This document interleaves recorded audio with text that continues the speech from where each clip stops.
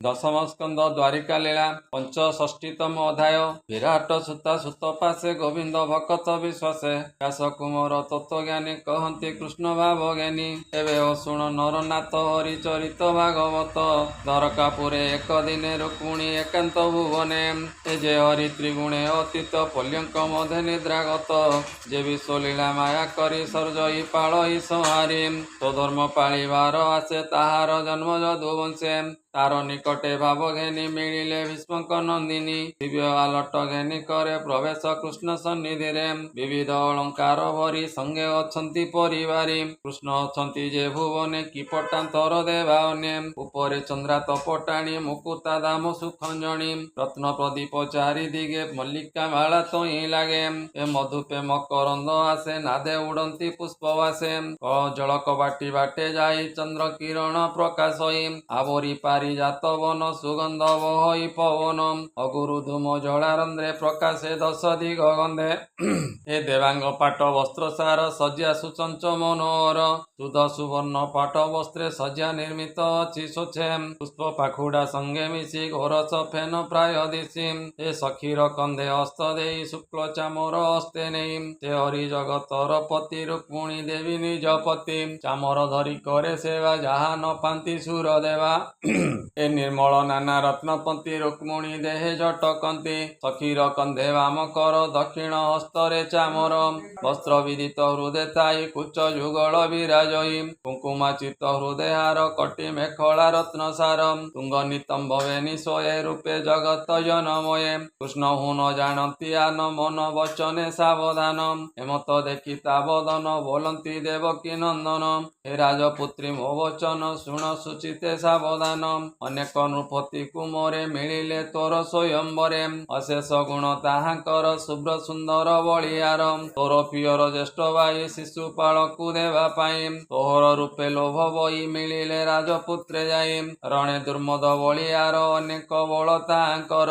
ତାହାଙ୍କୁ ଅବଜ୍ଞା ତୁ କରି ମୁଁ ତାଙ୍କ କେଉଁ ଗୁଣେ ସରି, କି ଗୁଣେ ଭରିଲି ତୁ ମୋତେ ସନ୍ଦେଶ ଦେଲୁ ବିପ୍ର ହସ୍ତେ। ରାଜାଙ୍କ ଡରେ ମୁଁ ପଳାଇ ଜଳଧି ମଧ୍ୟ ଅଛି ରହି, ବଳିଷ୍ଠ ରାଜା କୁଳେ ବାଦ ଆମ୍ଭେ ନ ରହୁ ପରମାଦ। ଯଜାତି ସାପ ପୂର୍ବେ ପାଇ ନୃପ ଆସନ ମୋର ନାହିଁ, ଅଜ୍ଞାନ ମାର୍ଗେ ଯାହାର ପଥ ସ୍ୱଭାବେ ନାହିଁ ଲୋକମତ। ତାହାକୁ ସ୍ୱାମୀ ପଣେ ବରି ସୁଖୀ ହୋଇବ କେଉଁ ନାରୀ, ସ୍ୱଭାବେ ଅକିଞ୍ଚନ ମୁହିଁ ଦରିଦ୍ର ପ୍ରିୟ ମୁଁ ବୋଲାଇ।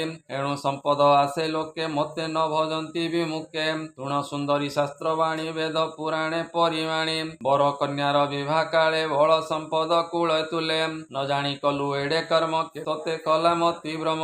ଏବେ ହେମନ୍ତ ତୁ ହି କର ଆତ୍ମାର ଅନୁରୂପେ ବର, ପୁଣି ଏହା ଜାଣି ଭଲେ ବିଚାର କରି ଦୀର୍ଘ କାଳେ। ମତେ ବରିଲୁ କିସ ଦେଖି ଶୁଭ୍ର ସୁନ୍ଦରୀ ଶଶିମୁଖୀ, ଦେଖ ନିର୍ଗୁଣ ଦେହ ମୋର ଭିକ୍ଷୁକ ଜନେ ମୋ ସୋଦର। ଉତ୍ତମ ରାଜପୁତ୍ର ଦେଖି ଏ ନାରୀ ଜନ୍ମ କର ସୁଖୀ, ଯେ ତୋର ଭୋଗ ଇଚ୍ଛା ସୁଖେ ଲଭିବୁ ଇହ ପରଲୋକେ। ଏ ତୋହର ବର ଶିଶୁପାଳ ବେଗେ ତାହାର ପୁରେ ଚଳ, ସାଲ ମଗଧ ବକ୍ରଦନ୍ତ ଏ ଆଦି ଯେତେ ନୃପନାଥ। ମୋତେ ହିଂସନ୍ତି କ୍ରୋଧ ବହି ରୁକ୍ମିଣ ତୋର ଜ୍ୟେଷ୍ଠ ଭାଇ, ଏ ଆଦି ବୀରେଛନ୍ତି ଯେତେ ୟାଙ୍କ ମତ ଅଭିମତେ। ତୋର ବିଚାରେ ସ୍ୱାମୀ ବର ବୋଲନ୍ତି ପ୍ରଭୁ ଦାମୋଦର, ଶୁଣ ସୁନ୍ଦରୀ ମନ ସ୍ଥିରେ ତାହାଙ୍କ ଗର୍ବ ନାଶିବାରେ।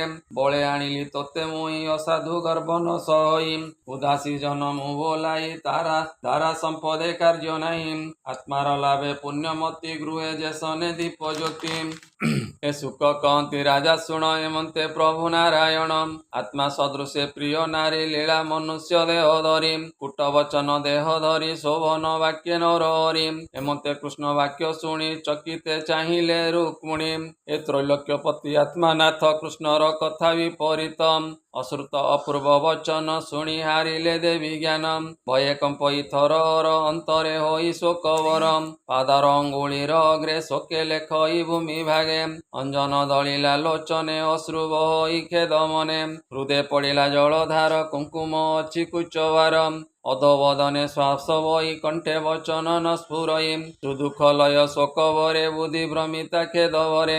ବଳୟ ବେନି ହସ୍ତେ ଥିଲେ ଶ୍ନଥ ହୋଇଲେ ଏକ ତୁଲେ, ଏ ବ୍ୟଞ୍ଜନ ବାମ ହସ୍ତେ ଥିଲା ତକ୍ଷଣେ ଭୂମିରେ ପଡ଼ିଲା।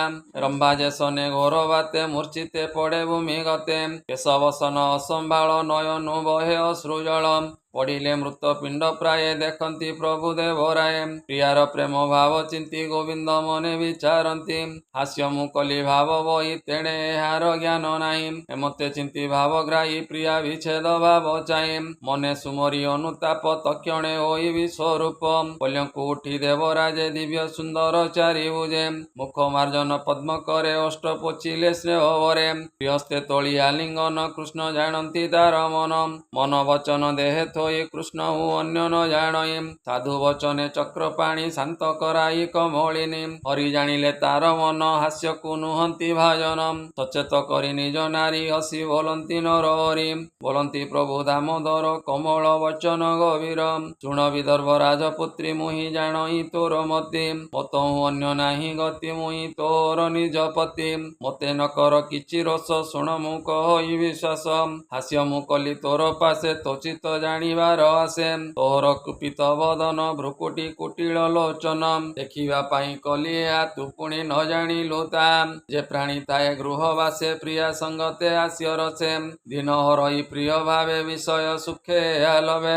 ଶୁଣ ପରୀକ୍ଷ ମହିପତି ମୋହନ ବାକ୍ୟେ ତୋଷମତି। ଶାନ୍ତ କରାଇ ତାଙ୍କ ମନ ବୋଧିଲେ ଜଗତ ଜୀବନ। ଦେଖି ରୁକ୍ମିଣୀ ପ୍ରିୟ ଭାବ ଛାଡ଼ିଲା ଚିନ୍ତା ପରାଭବ। ଗୋବିନ୍ଦ ପଦ୍ମ ମୁଖ ଚାହିଁ କଟାକ୍ଷ ନୟନେ ଅନାଇ। ପୁରୁଷ ବର ପାଶେ ରହି କହେ କମଳା ମୁଖ ଚାହିଁ। ରୁକ୍ମିଣୀ କହନ୍ତି ମଧୁର ଭୋ ପ୍ରଭୁ ଶୁଣ ଦାମୋଦର। ନିର୍ମଳ କମଳ ଲୋଚନ ମୋହର ସତ୍ୟ ଏ ବଚନ। ଅନାଦି ପ୍ରଭୁ ନିରଞ୍ଜନ ମୁଁ ତୋତେ ନୋହିଲି ଭାଜନ।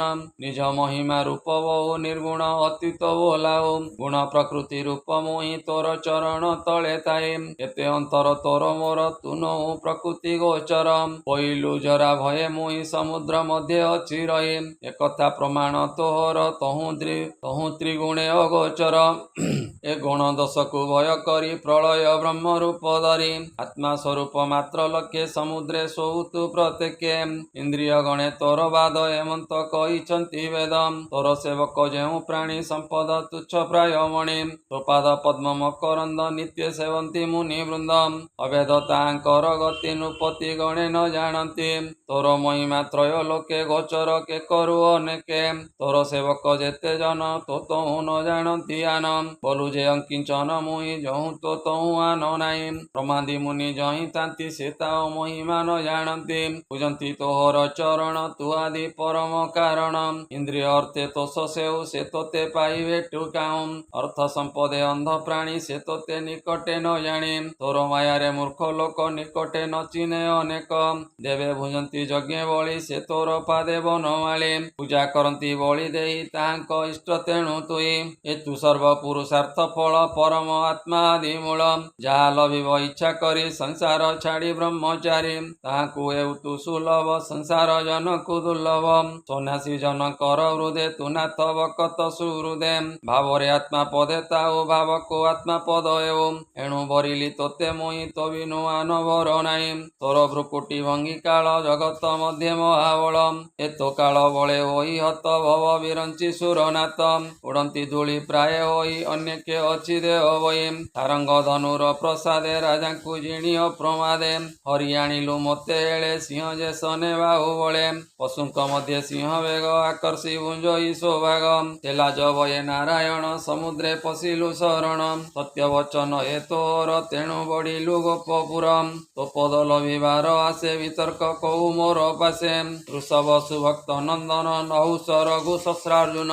ତୁ ଜାଣୁ ଭକ୍ତଙ୍କ ମନ ତୋହର ସଖା ସେ ଅର୍ଜୁନ। ଚିତ୍ତ ନିବାରି ରାଜ୍ୟ ସୁଖେ ବନେ ପଶିଲେ ଘୋର ଦୁଃଖେ। କଠୋର ଯୋଗ କରି ସାଧ୍ୟ ଲଭିଲେ ତୋର ପାଦ ପଦ୍ମ। ତୋ ପାଦ ସରୋଜର ଗନ୍ଧ ପୁଣ୍ୟ ପବିତ୍ର ମକରନ୍ଦ।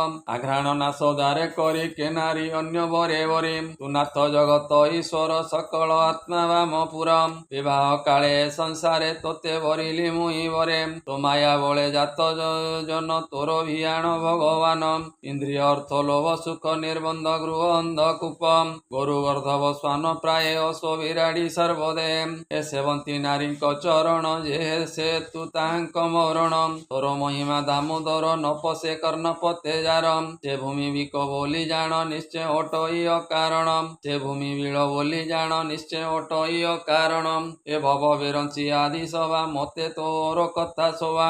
ଏ କୁଣ୍ଡଳ ନଖ ଚର୍ମ ଦାଢ଼ି ଦେହ ଉପରେ ଛନ୍ତି ବେଡ଼ି ରୁଧିର ମାଂସ ମଜା ଅସ୍ଥି ଶିରା ନିର୍ବନ୍ଧ ମଧ୍ୟ ସ୍ଥିତି ଅନ୍ତରେ ମଳ କୃମି ପିତ କଫ ହୃଦୟ ମହାବାତ ଏତେ ନିମିତ ଜାର ଦେଇ ଜୀବନ୍ତେ ମୃତ ପିଣ୍ଡ ସେ ତାହାକୁ ସ୍ୱାମୀ ପଣେ ବରି ଜୀବନ୍ତେ ଦହେ ଦୁଷ୍ଟା ନାରୀ ତୋର ଚରଣେ ଉପାସନ ନିଶ୍ଚଳ କର ମୋର ମନ ସ୍ୱଭାବେ ଆତ୍ମତତ୍ତ୍ୱ ତୁଇ ପର ଅପର ତୋର ନାହିଁ ତୁ ଯେବେ ରଜ ଗୁଣ ମଧ୍ୟ ମତେ ଦେଖିଲୁ ଅନୁବନ୍ଦେ ଏବର ମତେ ନିଶ୍ଚୟ ଓ ତୋ ପାଦ ସେ ବିଧି ନ ଯାଉ ବନାତ ତୋର ବାକ୍ୟ ମୁଇଁ କପଟ ପ୍ରାୟ ନ ମଣଇ ଅମ୍ବା କନ୍ୟାର ମତି ଜେନେ ଭୀଷ୍ମ ହୁନ ବରିଲାନେ ଏ ଦୁଷ୍ଟା ଯୁବତୀଙ୍କର ମନ ଭଜ ଇ ଅଭିନବ ଭଜନ ଅସତୀ ବାକ୍ୟ ବୋଲି ଏହା ପଣ୍ଡିତେ ନ କରିବେ ତାମ୍ ସେ ନର ତାହାଙ୍କ ବିଶ୍ୱାସ ଉଭୟ ଲୋକ କରେ ନାଶ ହେମନ୍ତ ପତ୍ନୀ ବାକ୍ୟ ଶୁଣି ହସି ବୋଲନ୍ତି ଚକ୍ରପାଣି ସାଧୁ ପଣେ ଅନୁପମ ମୋହର ଆତ୍ମା ଅଭିରାମ ଶୁଣିବା ପାଇଁ ତୋ ବଚନ ମୁଁ ତୋର ମନ କଲି ଛନ୍ନ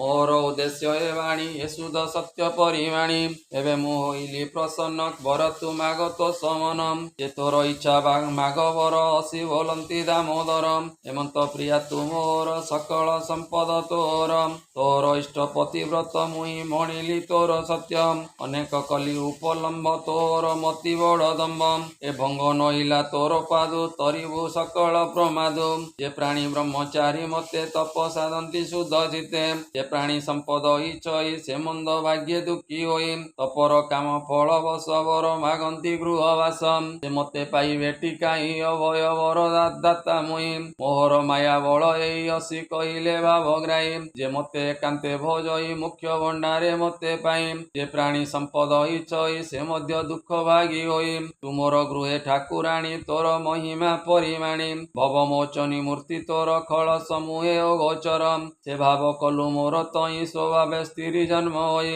ତୋହର ପ୍ରାୟ ଗୃହେ ନାରୀ ନାହିଁ ନହିବ ମୋର ପୁରୀ ଏ ତୋର ବିବାହ କାଳେ ଆସି ଲକ୍ଷେ ନୃପତି ଥିଲେ ବସି ତାଙ୍କୁ ତୁଚ୍ଛ ଭାବ ବହି ବିପ୍ରେ ପୋଷିଲୁ ମୋର ତଇ ମୁଁ ପୁଣି ହରି ଆଣି ତୋତେ ତୋହର ଭାଇ ଏକ ରଥେ ତୋର ସମର ମୋର କଲା ସ୍ୱଭାବେ ବନ୍ଧନେ ପଡ଼ିଲା ବିରୂପ ରୂପ ମୁହିଁ କଲି ସ୍ୱହସ୍ତେ ଚୂଳ ମୁଁ କାଟିଲି ବିଭା ମଙ୍ଗଳ ପୂର୍ବ କାଳେ ବନ୍ଧୁ ବାନ୍ଧବ ଗୋଷ୍ଠୀ ମେଳେ ଅକ୍ଷ କ୍ରୀଡ଼ାର କାଳେ ବଳେ ଦୁଷ୍ଟ ଦାନବ ସଙ୍ଗ ବେଳେ ବଳଦେବଙ୍କୁ ଗାଳି ଦେଲା ସେ କାଳେ ଭାଇ ତୋର ମଲା ଏବେ ନିଗୁରୁ ଅପରାଧ ଉଭୟ ସଙ୍କଟ ପ୍ରମାଦ ଦୁର୍ଜନ ତାପ ଦୁଃଖ ଏଇ କାହାର ଭଳେ ଆସଇ କିଛି ନ ବୋଲି ମୁଖ ଗତେ ନିଶ୍ଚୟ ଜାଣିଲି ଏବେ ତୋତେ ବିପ୍ରକୁ ମୋର ତହିଁ ପେଶି ଯୁଗ ମଣିଲୁ ଏକ ନିଶି ଜଗତ ଦେଖି ଶୂନ୍ୟ ପ୍ରାୟ ଅନଳ କଲୁ ନିଜ ଦେ ଛାଡ଼ିଲା ପ୍ରାୟ କଲୁ ଯୋଗ ଏ ଦେ ଅନ୍ୟ କାହିଁ ଭୋଗ ସେ ଭାବ ଜ୍ଞାନୀ ହୃଦ ଗତେ ବଳେ ଆଣିଲି ଯାଇ ତୋତେ ସୁକ କହନ୍ତି ନୃପ ଶୁଣ ହେମନ୍ତ କହି ନାରାୟଣ